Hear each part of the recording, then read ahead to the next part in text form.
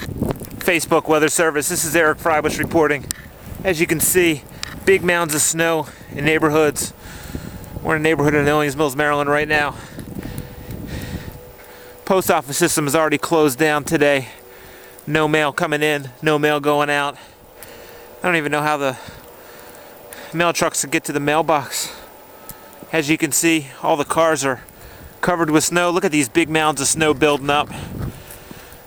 People who are coming home later, maybe tomorrow, maybe Monday, no way they're gonna park.